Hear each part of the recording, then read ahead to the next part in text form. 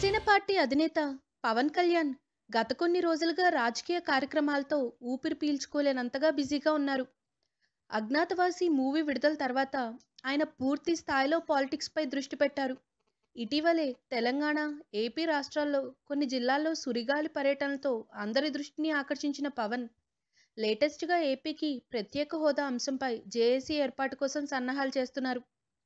అంతేకాదు, కేంద్రం నుంచి రాష్ట్రానికి అందిన నిధులు ఏ మేరకు ఖర్చు పెట్టారో ప్రతి పైసాకి లెక్క చెప్పాల్సిందేనంటూ చంద్రబాబు సర్కార్కి అల్టిమేటం విధించారు. ఇప్పటికే లోక్సత్తా జయప్రకాష్ నారాయణ్, ఉండవళ్ల అరుణ్ కుమార్ వంటి రాజకీయ మేధావులతో చర్చలు జరిపిన పవన్ రాబోయే రోజుల్లో తన పోరాటాన్ని మరింత ఉధృతం చేస్తానని చెప్తున్నారు. అయితే ఇంత బిజీ స్కెడ్యూల్లో కూడా ఆయన మహాశివరాత్రి నాడు స్వామివారిని దర్శించుకోవటం మాత్రం మర్చిపోలేదు. వేకోజామున అందరికంటే ముందే ఆయన నగరంలోని శివాలయానికి వెళ్లి ఆ త్రినేత్రుడికి అభిషేకం నిర్వహించడం విశేషం. అంతేకాదు, బిల్వపత్ర అర్చన జరిపించి వేద పండితుల నుంచి ఆశీర్వచనాలు అందుకున్నారు.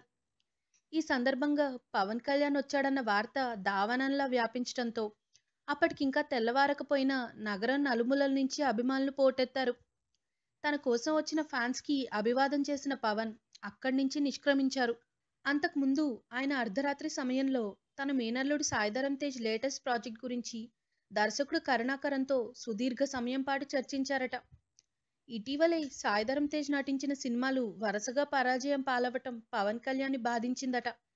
తనకెంతో ఇష్టమైన మేనల్లుడు కోసం రాజకీయాల కారణంగా సమయం కేటాయించలేకపోతున్నానన్న బాధపడుతున్న పవన్ కొత్త సినిమా విషయంలో ఎలాంటి పొరపాట్లు చేయకూడదని కరుణాకర్కి స్పష్టంగా చెప్పాడట. తామిద్దరి కాంబినేషన్లో వచ్చిన తొలి ప్రేమ లాంటి హిట్ సాయిధరమ్ తేజ్కి పడాలని సూచించాడట. సినిమా షూటింగ్ డీటెయిల్స్ ఎప్పటికప్పుడు తనకి ఫీడ్బ్యాక్ ఇవ్వాలని కోరాడట. ఆ డిస్కషన్ ముగిసిన తర్వాత పవన్ శివాలయానికి వెళ్లి పూజలు నిర్వహించినట్టు జనసేన వర్గాలు బట్టి తెలుస్తోంది. If you like the video, please like us and subscribe Tollywood Nagar.